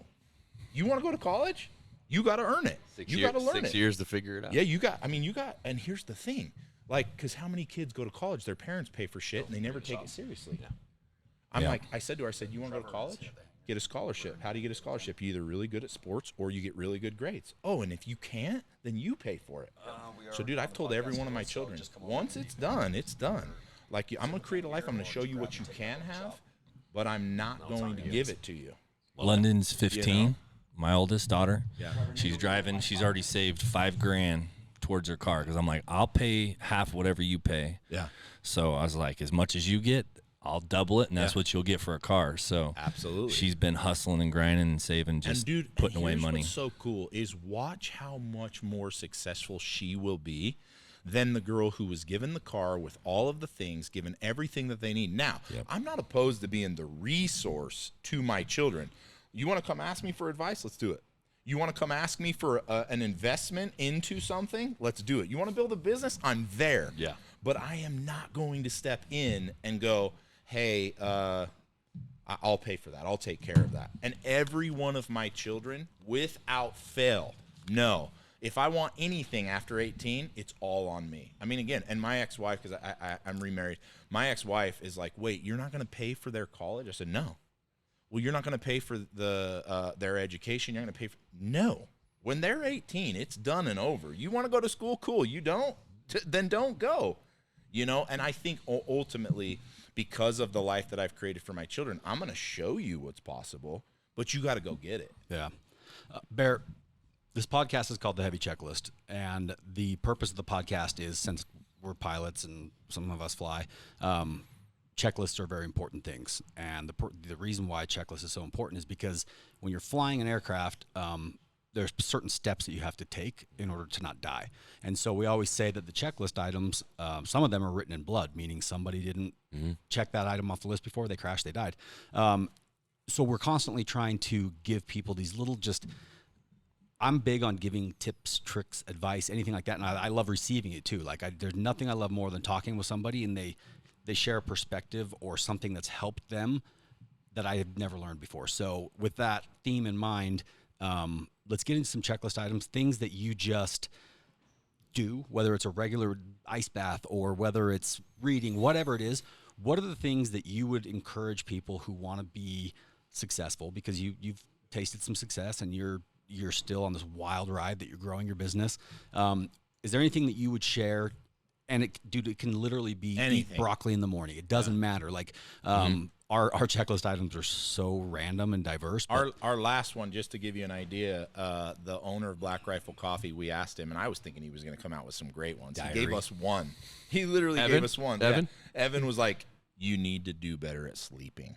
Oh yeah, that was his checklist. Totally. Yeah. I've been Because taking naps. Sleep That is would have been literally that like, would have been on my list. yeah. So with that said, and for the listeners, because we like to give them tangible deliverables, right? What is your checklist items to become successful? I think just breaking it down on a day-to-day, like zooming in a little bit, I think some things I do, I have a cold tub and a sauna at the house. So that's been huge. You know, I was kind of going through, some tough stuff, and I realized like, all right, I have to find ways to mitigate stress and, kind of stay even keel. So that's what I did. Sleeping is so big. Like if there's literally any lever you can pull on, it's like, let's literally sleep, go to bed earlier. Yep. You know what I mean? Yeah. It's harder. It's easier said than done, of course. For me, I started doing journaling in the morning. It's just a little journal that you write down a few things, and it's like top 3 priorities, 3 things I'm grateful for, and like a daily affirmation, like, hey, I'm gonna kick ass today, or like I'm gonna kill that meeting, or whatever. Are you pretty it is. consistent with that? I'm doing it like 3 or 4 days a week. I'm that's close, but it's so easy. It takes like, usually I'll pour a cup of coffee and I'll go over to the desk and I'll open it up, and then, you know what I mean? And then when you get home that night, you're supposed to say like 3 things that went well today, and you kind of close it out. Right. I'm not obviously like a scientist or anything, but they've talked about how that creates like, kind of chemical activity in the brain to get you on a positive outlook immediately to start the day. You know what I mean? And it also kind of lines out what are my top 3, especially for busy guys like us that have a million things going on. It kind of focuses you in. So maybe you look at your planner on your phone of like, oh shit, I got that meeting at 10, and then, oh damn, I got to go, meet with the city about this building. Okay. So my top 3 are now this, and it just focuses you in. So that, cold tub, sauna, nutrition's huge. I think, I get like my meals delivered every day. And Who do you use? So she's local in Virginia Beach. Okay. It's Catalyst Nutrition, but she works with a lot of the SEAL teams. But she basically, you do a DEXA scan, and then you get your like lean body mass, and then she gives you your macros based on your goals. And then like you basically just eat what's in the bag every day, and it's awesome food. And she gets you within a gram of every macro. It's crazy. So if you were to make it a checklist item, how would you say that? I dial in your nutrition. Okay. Dial in your nutrition. Sleep. Get rest. Also working out. Like I think people should be working out 5 days a week. Just my opinion. It goes back to your hard. Like do something hard. Let's go back to your dial in nutrition thing, because that's broad. If you drill that down a little bit, I know that not everybody can afford meal prep. It's sometimes cost prohibitive, but you can start prepping meals for yourself. Totally. At home. Dude, crock pot with chicken, like literally. Go to the that will literally feed you for the whole week. Can I also I got to bring this up. I used to agree with that until recently. I think almost everybody can afford a prep company, because I know how much people spend on bullshit. Right. Like to get a bag of Doritos is like 4 meals on prep company. Right. And so the only reason I want to say that is because I think for some people that are listening that have just written it off, like, I don't make enough money. It's like, dude, between the coffee that you buy at Starbucks, the McDonald's that you had, and the Doritos that you ate, that's 5 days of prep, because these prep companies make it pretty damn affordable. Yeah. And I'm not shouting out any prep company. There are a lot of prep companies that you literally for $2 a meal can have someone send you. And I think it's important to say that, because I think if somebody actually broke down and they're like, I have $200 a month, it's like, well, shit, dude, for $100 a month, you can have 1 or 2 meals made for you. Here's what I'm going to commit to, because I'm going to commit to this checklist. I'm terrible at planning my meals. In fact, recently, you're also a snacker too, dude. You are a snacker. I kind of snack, but recently I found myself, I don't eat very much during the day at all, and then at night, my wife the other night, she's like, I just noticed, like over the last year or so, you consume all your calories at night, right before bed. Same. I just get too busy or whatever's going on throughout the day, and then at night I just go ham. It's usually a gas station. I try. That's the thing. So I'm committing to prepping at least 1 meal per day, 5 days a week. Can I shout out a company? Yeah. So I've recently been responsible for making all the meals in the home, because Heidi's situation, right? And so that's been a really hard thing. And I was going to the store, and like I shop every week, right? Yeah. So I have to get the meals, and like by the time I was like buying broccoli, and I was buying a meat, and I was grabbing the bread or whatever it was and putting it all together, I was spending like $60, $70 a meal. This Beehive meal company or something, right? Comes in a bag. It's already prepped. I put it in a crock pot at freaking 10 o'clock in the morning. 5 o'clock, it's done. I spend 20 minutes making rice, and everything's there, and it costs $20 to feed my family of 6. That's why I think it's been a game changer. Nutritious, good food, and like it's your kids good are getting like nutrition. It's a big deal, guys. So even if it's, we're not going to talk to people's financial situations, because everybody's different. But if possible, I really like this one, because this one connects so many dots. Yeah. If you're feeling sad, slow, lethargic, lazy, low energy, whatever, eat your food. It's most likely what you're eating. Yep, like 100%. that's so start there. If you think you're depressed, try eating better. Yeah. And see what happens. It literally changes everything. Your gut is your second mind. Right. And when you treat that like shit, and you eat like shit, you feel like shit, and you think like shit. Did you know that 90% of your body's serotonin is stored in your gut? Yep. So if you don't feel good, it means that your gut biome is not processing 100%. It's because that blood barrier down there in your gut, like all the nutrition is passing through it. People don't even think about it. How are you not going to eat at night, dude? That's my big thing. It's how hard, do you but do that? I'll tell you. How do I not eat at night? Yeah, like you said, I have the same problem. But no, it's okay for me. Deal, it's working for me, because it's not like I'm binging at night and then eating like shit throughout the day. I eat very little throughout the day now, and then at night I just load up, and my body's and okay it works with it. for him. That doesn't work for me. I'm on the same as you. Like, I actually have a chef now at the house that is there pretty much 24/7, and I eat the exact same meal every single day. And dude, it's game changing, because then I'm not looking for what I'm going to eat, which then sends me down the rabbit hole of Oreos and Doritos. I already know my meal's ready. It's warm. She's made it, and I'm done. I have 3 of those a day made for me. And dude, in every aspect of my life, it has gotten better because someone has prepped my meals for me. Nutrition, I'm telling you right now, this is such a good checklist. Nutrition is a huge piece to success. And I think within that, another really easy one, first thing in the morning, frickin' hydrate. And that doesn't mean just chug a glass of water. I use the LMNT packets, but if those are a little expensive, they're like, I think $1.50 a piece. Yeah. Poor man's version, just take a lemon, squeeze a half a lemon in there, some Himalayan salt, right? Good to go. Yep. But so a lot of people, it's like they get to noon, they've had, what have you eaten? I've had 3 cups of coffee and like a granola bar, and it's like, no wonder you're lethargic at noon because you're dehydrated and you haven't put anything in your body. Most you know people what I mean? don't realize that coffee actually dehydrates you. So they're like, well, that's my first thing I drink. Well, cool, dude. You just went a whole night dehydrating yourself and then started it off with dehydrating. And it's now noon and you haven't had any water. Exactly. So like that's an easy one. For those that are feeling lethargic, like early afternoon, that it hydrate. And then throughout the day, if you can pump fluid, like we get busy. So even if you got to go to the break room and just chug a glass of water in 2 seconds just to keep it going. I make all these cocktails, like all these supplement cocktails. I'm big on trying different things. I don't recommend you take any of Heavy D's cocktails. The one that I love and that you can mix with anything is AG1. The green drink. Seen that. And we also have a company that we work with. Redmond. Yeah. And they I do mix hydration. AG1 with the Redmond salt. It is, Yes. dude, I feel hydrated for the rest of the day. I can drink that one time in the morning, and if I miss water drinking for the rest of the day, I'm usually okay. So it's a big deal. I like that. So you've got nutrition, and not just nutrition, but I'm going to challenge people to go out and try to replace one meal a day with something that they're either buying from a meal prep service or grab a crock pot or just go freaking put some chicken in a Tupperware. Like, just do something to prepare yourself, because that's going to be the difference between you getting clean, healthy, energy, or going to McDonald's and getting something that's not gonna do you any good. So I love that one. Morning time hydration is another huge one. So again, go buy Liquid IV or whatever. Liquid IV has a lot of sugar. Some of them have less sugar. Go get Redmond Real Salt. That's the one I love. That's what I like too. That's what they I have the electrolyte package. AG1. Or if you can't afford that, go get yourself a freaking lemon and some salt. And it's good. It is good. I actually enjoy it.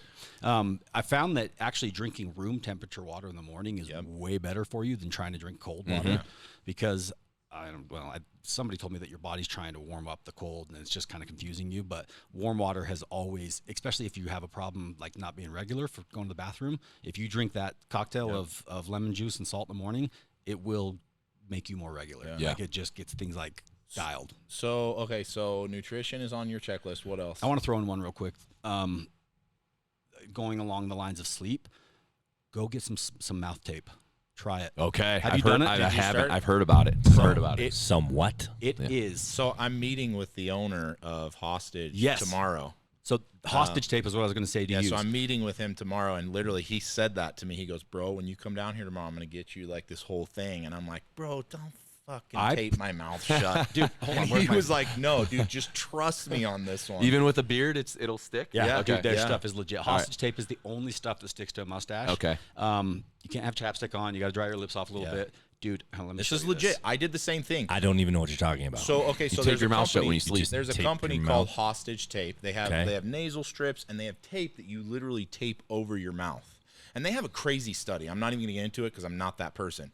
But essentially, we as humans should be breathing through our nose, not through our mouth. Like, that's a huge issue. That's probably what he's going to bring up. Yeah. But dude, the guy's like, just shut up and listen to me. I'm gonna tape that shit off, and I promise you, the way you sleep with your mouth shut is 10 times better than when you. Well, there's actual science behind it. I It's know. not And just I like, didn't get into the so science. I have the 8 sleep pod cover, and it gives you a sleep score every night. Yeah. I forgot to use my mouth tape for like the last 6 months. I just kind of went through phases, and I wasn't sleeping very good. And I looked at my sleep score on 8 Sleep, and I averaged 82%, or 82 was my sleep score. It's between 0 and 100. I started doing my mouth tape again. What's today, Friday? I started last Sunday. My average sleep score has already gone up to 95. Dang. So that means, and your sleep score consists of like heart rate variability, your freaking REM sleep, light sleep, deep sleep, all the stuff that you need to track. It's all tracked right here. They go in and say, like, when you're mouth breathing, it like changes your jaw, and like it changes the whole. There's tons of science, dude. It changes the way your face looks. Yep. And so he was like, dude, well, shut your mouth. He said, I want you to start doing your cardio with your mouth shut, and I want you to sleep with your mouth shut. I guarantee you things will change. And if you get up to pee during the night, you won't anymore. Because you dehydrate yourself breathing through your mouth. Okay. It's actually kind of a counterintuitive thing, but people don't realize that when you breathe through your mouth, you're pushing out more evaporating water vapor. Yeah, the moisture, and that's why. And then I can't remember why it makes you pee. There was there's a connection there somehow, but essentially your body feels dehydrated, and then you're going to the bathroom more and more and more. So you're adding to the checklist. Get your mouth go shut. go get hostage tape. Okay. We have no deal with hostage We tape. don't. You just mentioned that you know them. I just buy it online. You can buy a year supply for it's very cheap, and it's solid stuff, and it will change. Dude, it'll change your life. That's on the checklist. It really will change your life. I have my brother-in-law. He had some serious issues sleeping. He's a super healthy guy, just a solid dude, but he was having issues, and I was like, dude, try this. Every time I see him for the past 2 years, he like, thank you for telling me about this, because it like changed my life. It really does. It has. I'm actually trying to get my kids to start doing it, because I've read this book. It's called Breathe by James Nestor. It will scare the shit out of you. It'll make you feel like you've been breathing wrong your whole life, because you have been. Yeah. But yeah, that's a big one, because once you start getting used to breathing through your nose, which you can train yourself at night while you're sleeping, you'll start doing it more throughout the day. Yeah. And the more you breathe through your nose, just in general, the better. You even get more nitric oxide in your blood. You get a better pump at the gym, because your nose has these cavities that are actually able to absorb nitric oxide from the air and put it straight into your blood, where your mouth can't do that. Dude, there's so many benefits. So I wanted to throw that one on there. Oh yeah. Anything else you got? Working out's critical Yeah. to me. 5 days a week. If you can get in there, get after it, get your heart rate up.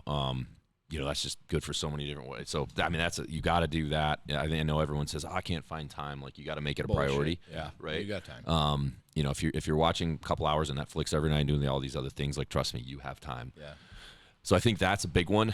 So, How do you work out when you're not seeing progress? I've been feeling this lately. And I know I'm not pushing myself very hard, but how do you push yourself to the point where the motivation comes back to work out? Do you guys have any tricks? Well, I would say this, because this was going to be one of my next things, and this is a little bit more like kind of taking things to the next level, but I get like a full blood panel done every 3 to 6 months. Yeah. I'm talking, they draw 30 plus vials of blood, every little metric, and I have an endocrinologist look at everything, and we break it all down, and hey, how can we mitigate this and this, and then you recheck it. I think that's critical, because that's like what's making everything work properly, right? So like, last few, like I found my stress levels, everything was great except like stress levels. And that was like, that's a kill shot. So we had to what can we do to mitigate that? Yeah. How much caffeine are you consuming? So a lot of it was external stressors in life that happen, that you do the best you can, but it's like, okay, I'm going to go get a cold tub. I'm going to get a sauna. I'm going to take some stress supplements that bring cortisol, so by seeing that and being able to pinpoint it, you can make major tweaks that helps, so for you, I would maybe start there by seeing, I need to go get my panel done check again. under the hood, see what you're working with, because that might explain some of that. And then behind it would be your nutrition, right? So when you leave the gym, are you getting like protein and carbs within 30 minutes? Are you doing, or are you coming right here? Which he's definitely not. I know you work out, but the nutrition is a hard piece. So that's, an easy solve right there. So for me, I always pack in the car. I go to the gym in the morning. I have this cherry juice thing I pack. I have a perfect bar, and then a big protein shake with a scoop of whey and a scoop of collagen, and then like almond milk, right? So when I'm driving from the gym to the office, it's like a 10-minute drive. I down all 3 of those, because I know, okay, now I'm good now. I hit my window, you know what I mean? Because I know I'm going to get bombarded with questions. I'm going to go right into meetings, and then, might be 2 o'clock before I eat again. So, you got to do the little shit right, or you're just going to plateau. Especially, we're getting a little older, right? It's not like it's different now. It is. I think that's the thing. It's different now. I feel great. My body's just doing things differently. It's responding differently than it used to. So I have to get ahead of that and figure out what changes I can make now, because I'm not going to feel those changes for another 6 months or whatever it is, because not all the stuff's instant. So it's part of that process of being disciplined to do something that doesn't have an immediate payoff. Yeah. Totally. But it does. It's just not. Yeah, but you're also a conundrum, because a lot of people don't look like you and eat like you and work out like you. Yeah, if you guys knew what I ate. I've been there, dude. If I eat with you for more than a week, I gain 30 or 40 pounds. My body just. It's true, dude. If I go on vacation with him, like, we're eating it because we both like gas station food. So I'm like, yeah, let's do it, man. Holy shit, I'm 30 pounds up. And he's like, I lost 12 pounds. I stay pretty consistent in my weight. Yeah. Let's see. We've got.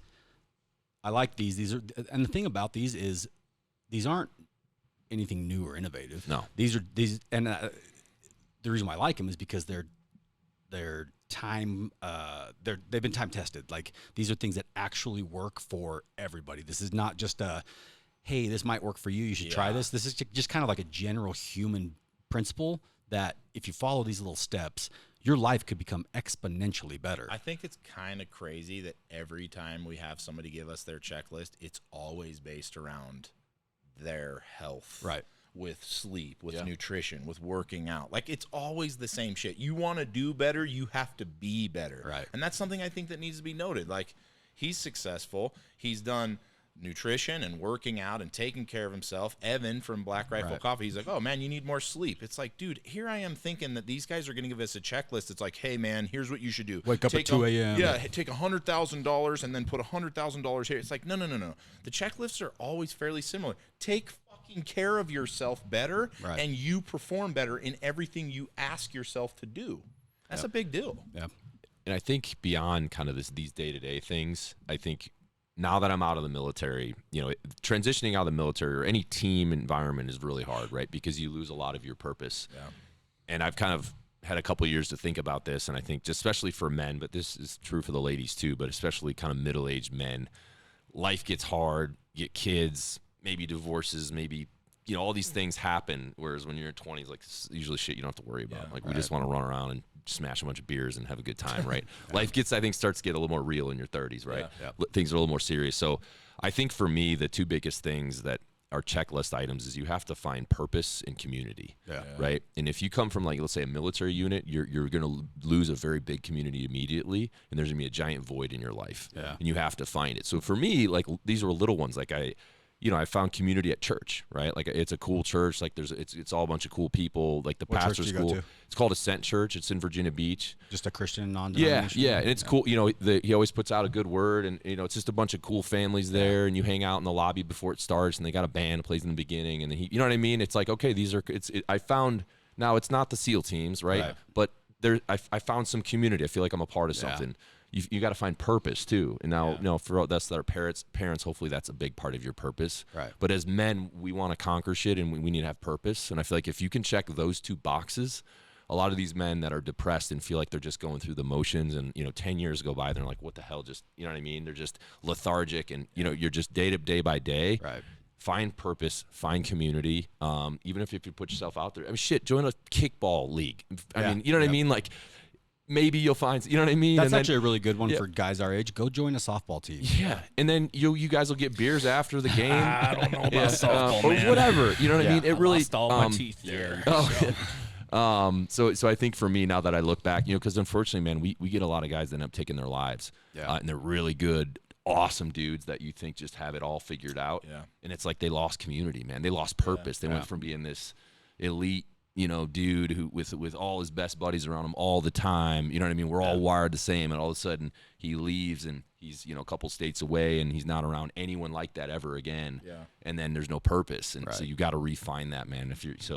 I think those would be my big two, like, outside of kind of the day to day, man. That. Community and purpose. Yeah, community and purpose. I like those, and that's sometimes overwhelming when you first look at that, like, what's my purpose? Like, how do I find my purpose? You know what I mean? That's a thing that's kind of scary and intimidating, because a lot of people, it goes back to that indecisive thing. Like, if you decide what your purpose is, that doesn't necessarily mean that can't change and evolve. I've always been so afraid to set goals, because I'm afraid that if I set a goal, I might get stuck going a direction that would prevent me from being able to capitalize on an opportunity that just randomly presented itself. So I walk this fine line between having kind of general goals, like this. I do have some specific goals, but I very rarely set them, simply because if I set a specific goal, then I'm just going to go freaking beeline towards that, and I'm going to forget everything else. So I have to be careful what I put on my vision board. We've talked about this before. Have you ever done a vision board? No, I haven't. No, I'm kind of like, I keep some things on a Post-it note, you know what I mean? And but I like your approach though too, because the game changes and you got to be able to pivot. And if you get too laser focused, maybe on a goal you created in your head, maybe not for the right reasons, but it's just like, no, this is what I want to accomplish. Yeah. You might be blinded to other opportunities. You have to leave a reasonable amount of flexibility in your plans, because better opportunities will come, especially if you're doing the right stuff. If you're working out, you're dialed in. Dude, you won't even have to look for opportunities, because that stuff will just fall in your lap, because you're associating yourself with different people. Life just changes when you start taking these little steps to be just a little bit more self-disciplined. Yeah.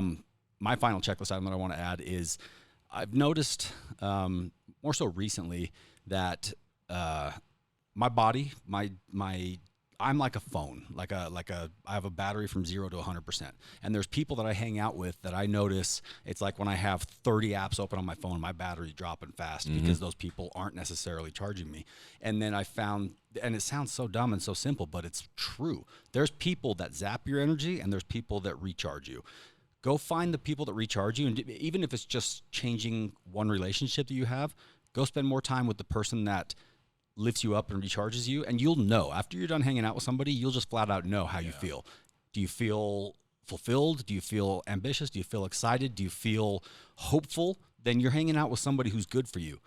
On the other hand, if you leave and you feel like, man, we just talked about so many people and drama and these different things, and it was kind of a negative conversation, bro, your battery will drop from 100 to 50 real quick. So you have to start paying attention to who you're around, because we're absorbing each other's energy. Like right now, I feel great. I feel like I'm on the top of the world because I'm surrounded by, 3 dudes that are actually like ambitious and excited, and we're here on a Friday afternoon talking about becoming better people.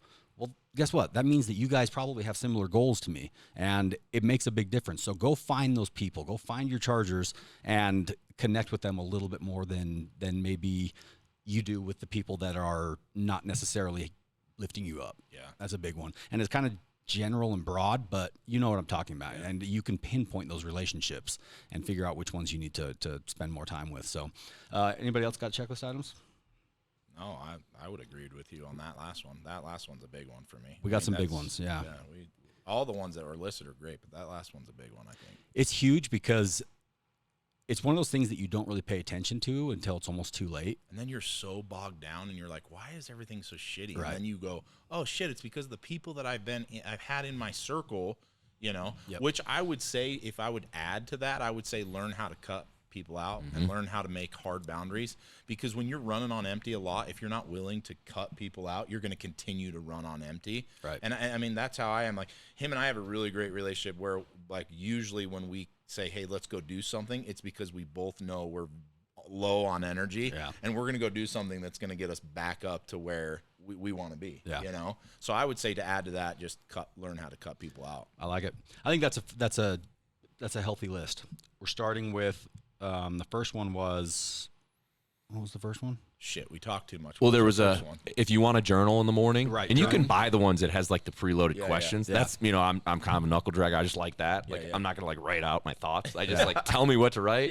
They have them with questions. Yeah, it'll be like, what are your top 3, and like what's your daily affirmation, like and then 3 things you're grateful for. And those are cool, man, because that question gets you in the right frame of mind of being optimistic and like it gives you on a positive note. Like, hey, I'm grateful to be a father. I'm grateful to have a warm bed that my daughter can sleep. You know what I mean? Like these, they're good ones that like put things in perspective. Yeah. Because when you just wake up and it's quiet, house is quiet, like you're not going to be like, oh, I'm grateful to have a nice like car. Like, like it'll be not surface level shit that will come to your mind, and it gets you right in the right frame of mind. This is a common theme that we hear from a lot of our guests too, is that same thing. Keep a journal. Evan Hafer said the same thing. So he said a diary. A diary. There you go. He said a journal. He said a And diary. we made fun of him for a while.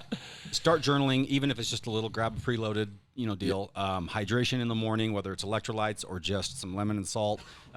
Nutrition, pay attention to your meals, and specifically try to figure out a way to take one meal a day and make it better, whether you're prepping it or buying it. Mouth tape, go get some hostage tape. Yep.